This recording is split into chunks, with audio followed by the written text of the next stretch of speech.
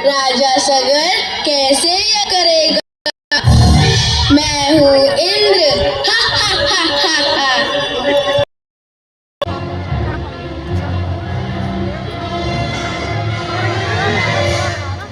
अरे घोड़ा कहाँ गया? लगता है किसी ने चोरी कर लिया। चलो राजा जी को बता के आते हैं। चलो चलो चलो। वंदो तुतिविनाशे पूर्णमतः धावे त्वाहादि अभयवर्गा पूर्णमय अनाथानाथा दरिकरिहता। बंद करो ये यज्ञ। रातों रात एक घोड़े को इतनी दूर निकाल ले जाना किसी मामूली चोर का काम तो नहीं हो सकता। हो ना हो ये किसी देवता का षड्यंत्र है। पहरेदारों ने खोजा, सिपाहियों ने खोजा और उनके मंत्रियों ने खोजा, पास खोजा और दूर खोजा, पर अश्व नहीं मिला।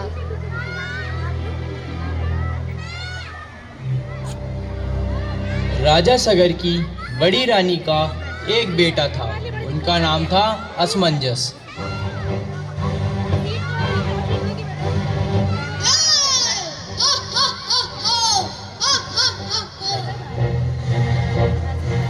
असमंजस बालकों को दुखी करता था और उनको मार डालता था। सगर ने लोगों की पुकार सुनी और अपने बेटे असमंजस को राज्य से निकाल दिया।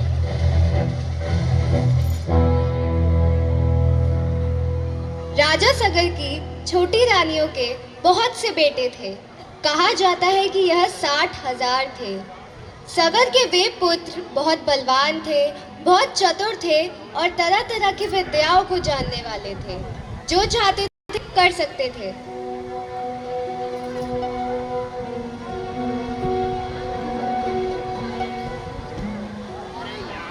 मैं तुम्हारे बारे में ही सोच रहा था पुत्रों। चोर ने सूर्यवंश का अपमान किया है। जाओ और घोड़े का पता लगाओ।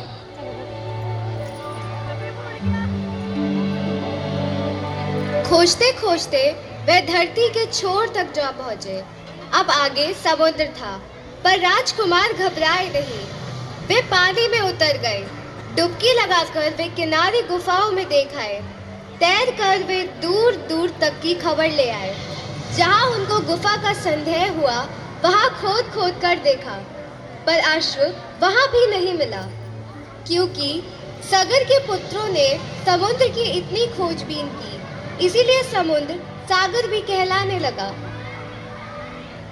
वे आगे बढ़ रहे थे कि हवा चल पड़ी। एक लता हिली और वे ठिठक गए। लता के पीछे कुछ था जिसने उनको रोक लिया। लता हटाई, एक शिला दिखाई पड़ी। मालूम हुआ कि उसे किसी ने वहां जमा दिया है। देखते देखते शिला के पीछे एक गुफा का मुंह निकल आया। राजकुमार गुफा में घुस गए। थोड़ी दूर अंधेरे में चले और फिर उजाले में आ पहुंचे।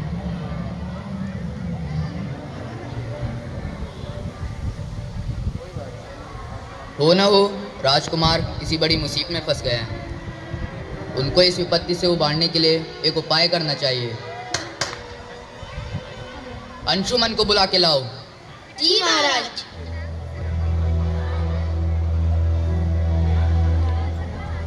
बेटा, तुम्हारे 60,000 काकाश्री बंगाल में एक गुफा में घुसते हुए देखे गए हैं, पर अभी तक किसी ने निकलते हुए नहीं देखा।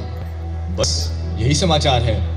यदि आप मुझे आज्ञा दे तो मैं जाऊं और पता लगाऊं। जाओ और पता लगा।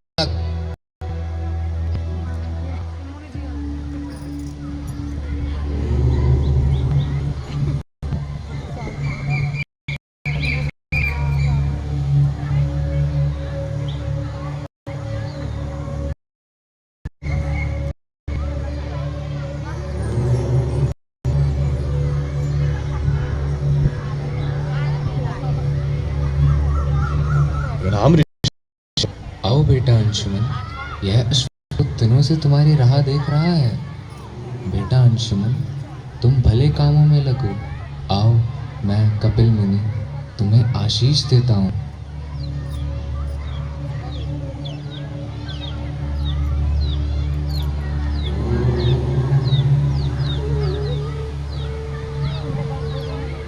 जो होना था वह हो गया अंशुमन। यह क्या हो गया ऋषिवर? ये राख की ढेरियां तुम्हारे चाचाओं की हैं अंशुमन।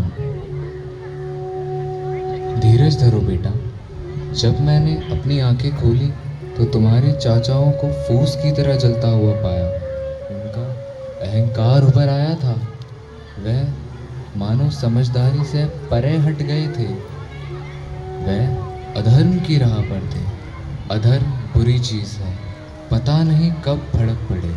उनका अधर्म भड़का और वह जलकर राख हो गए।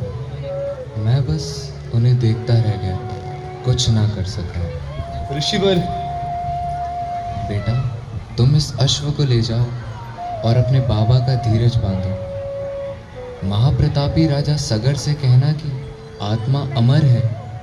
शरीर के जल जाने से आत्मा का कुछ नहीं बिगड़ता। ऋषिवर, मैं आपकी आज्ञा का पालन करूंगा, मगर मेरे चाचाओं की मृत्यु आग में जलने से हुई है। उनकी आत्मा को शांति कैसे दी जाए? बेटा, शांति का उपाय तो अवश्य है, परंतु वह बहुत कठिन है। ऋषिवर, सूर्यवंशी कामों की कठिनता से नहीं डरते? यदि माँ गंगा स्वयं धरती पर आए और उनका पावन गंगा जल इन आग की ढेरियों पर पड़े तो तुम्हारे चाचाओं की आत्मा को अवश्य ही शांति प्राप्त होगी। माँ गंगा? माँ गंगा कौन है और कहाँ रहती हैं? आओ बताते हैं।